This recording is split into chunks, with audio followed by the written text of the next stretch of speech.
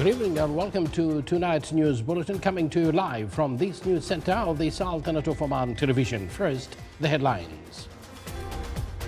On the occasion of the third anniversary of His Majesty Sultan Haytham bin Tariq's accession to throne, Her Highness the Honorable Lady, spouse of the Sultan of Oman, receives at Al Baraka Palace Omani women. Internationally, Palestinians are killed by Israeli occupation forces in the occupied West Bank. The United States and Japan agree to strengthen their security alliance amid rising tensions in the Pacific and Indian Oceans.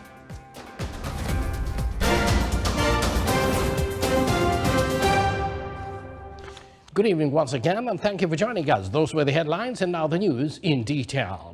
On the occasion of the third anniversary of His Majesty Sultan Haytham bin Tariq's accession to the throne, Sayyida Al-Jalila, Her Highness Honorable Lady, spouse of the Sultan of Oman, received at Al Baraka Palace yesterday evening a number of their Highnesses and their Excellencies, members of the State and Shura Councils, their Excellencies and Secretaries of Ministries, spouse of their Highnesses and Excellencies, senior military commanders, their Excellencies, heads of diplomatic missions and international organizations at the Sultanate of Oman, and a number of citizens. Her Highness Sayyidah, the Honorable Lady, thanked the guests and expressed her appreciation on their heartfelt greetings, good wishes and noble feelings, praying to Allah the Almighty to bestow upon them great health and happiness and return these occasions on our beloved country with great progress and prosperity under the wise leadership of His Majesty the Sultan.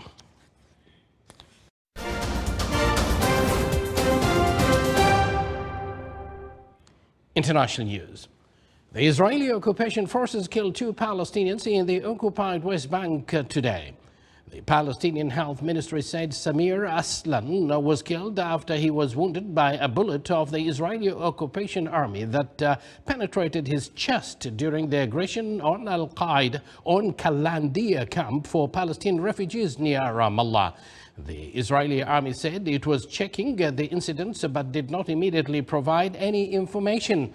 Aslan is the 3rd Palestinian to have been killed in the West Bank in 24 hours and the 7th since the start of the year.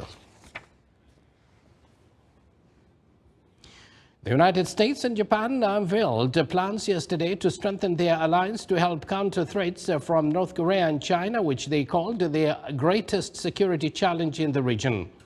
In an unusual blunt terms, the U.S. and Japanese foreign and defense ministers condemned China's increasing aggressiveness in the Indo-Pacific and elsewhere, called out Russia for its war with Ukraine, and castigated North Korea for ramping up its nuclear and missiles programs. In a joint statement, Secretary of State Antony Blinken, Defense Secretary Lloyd Austin, and their Japanese counterparts Yoshimasa Hayashi and Yasukazu Hamada said China presents an unprecedented threat to international order and vowed to redouble their efforts to counter it. China's foreign policy seeks to reshape the international order to its benefit and to employ China's growing political, economic, military and technological power to that end, the statement said. The 4 men agreed to adjust the American troop presence on the island of Okinawa in the path to enhance anti-ship capabilities that would be needed in the event of a Chinese incursion into Taiwan or other hostile acts in the South or East China Seas.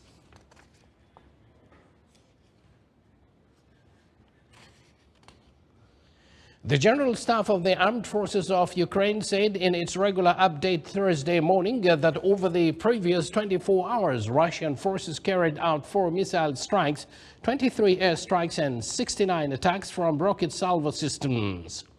According to the announcement by spokesperson Oleksandr Shtumpun, in addition to the country's eastern Donetsk province, where the fate of the salt mining town of Soledar hangs in the balance under bombardment by Russian forces, attacks hit settlements in the country's easternmost Luhansk, northeastern Kharkiv, northeastern Sami, southeastern Zaporizhia.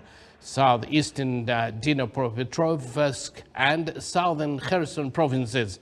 Soledar's fall, while unlikely a turning point in the early 11-month war, would offer Russian troops a springboard to conquer other areas of Donetsk province that remain under Ukrainian control, such as the nearby strategic city of Bakhmut. Brokering a deal on a safe zone around Ukraine's Russian-controlled Zaporizhzhia, a nuclear power plant, is getting harder because of the involvement of the military in talks, the head of the United Nations nuclear watchdog said yesterday. The Soviet-era plant, Europe's largest, was captured by Russian forces in March, soon after the start of the war on Ukraine. It has repeatedly come under fire in recent months, raising fears of a nuclear disaster. Rafael Grossi, Director General of International Atomic Energy Agency IAEA, stated that an agreement is impossible, but it is not an easy negotiations. Grossi, who previously said he hoped to broker a deal on protecting the plant before the end of 2022, said talks with Kiev and Moscow had become more complicated because they involved not just diplomats but also military officers. The IAEA chief said he planned to go back to Ukraine next week to meet President Volodymyr Zelensky and other top Ukrainian officials, and hoped later also to travel to Moscow. Russian President Vladimir Putin currently has no plans to meet. Grossi, Interfax news agency cited Kremlin spokesman Dmitry Peskov as saying that.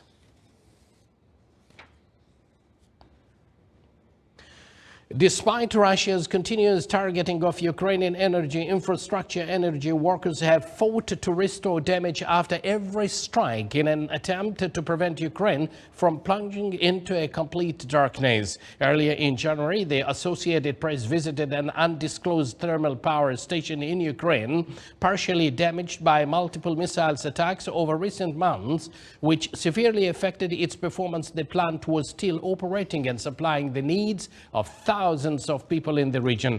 Russia started its widespread attacks on Ukraine's infrastructure in autumn to paralyze the country's energy systems. Power outages and rolling blackout have speeded into the lives of Ukrainian and forced them to adapt for frequent periods of darkness. Fragments of missiles cover the power station, while energy equipment worth thousands of dollars that was twisted and damaged by explosions remains at a standstill. There is no time and strength to clear all the debris, said the workers, as perpetual restoration keeps them constantly busy, while the threat of further strikes frequently loom. More than 500 people continue to work in a shift and maintain the station.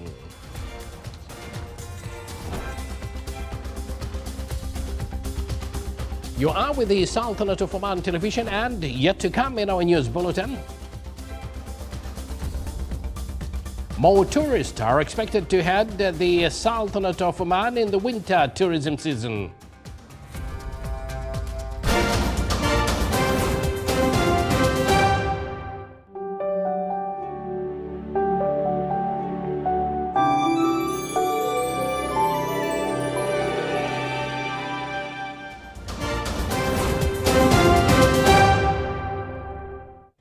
Welcome back to the news from the Sultanate of Oman television. With the participation of 42 films between fiction and documentaries from 17 countries, and Sharqiya Film Festival launched its first round in the Wilaya of Sur in the Governorate of South Sharqiya.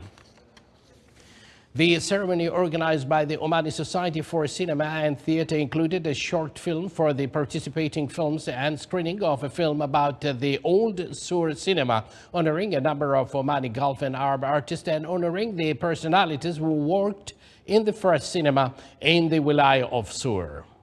The festival's program, which will continue until the 14th of January, will witness a workshop for writing scripts and a symposium entitled Cinema and Architecture, which will discuss the importance of investing in monuments and historical buildings in filming cinematic works, such as the architecture of a castle, forts, and ancient markets. The opening ceremony was held under the auspices of His Excellency Jihad bin Abdullah Al Fanna, member of the Shura Council and representative of the Wilaya of Sur.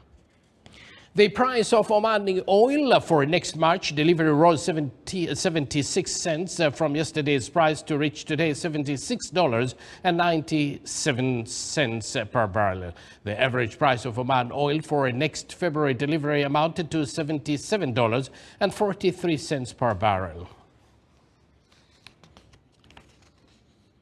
Now, as the world is recovering from COVID-19 and travel restrictions have been lifted in most countries around the globe, tourism has recovered its stamina to welcome more and more tourists.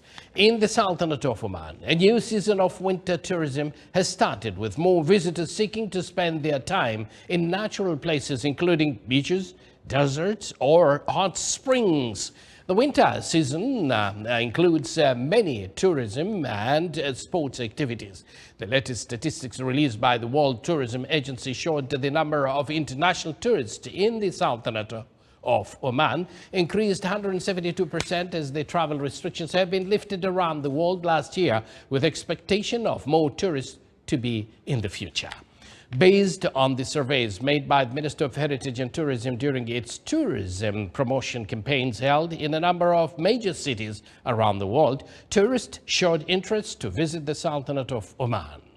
In response to growing interest showed from the tourists, the Sultanate of Oman has taken the initiative not to require a visa before travel for tourists from 103 countries and to exempt GCC residents from any visa.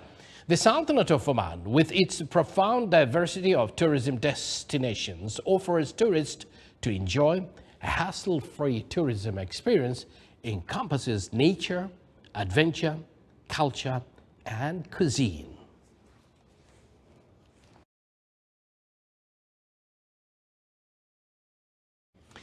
Now to Jalan Bani Bu Ali Hospital, in cooperation with the Health Committee of the Wilaya, organized a symposium under the theme Inclusion for Every Child.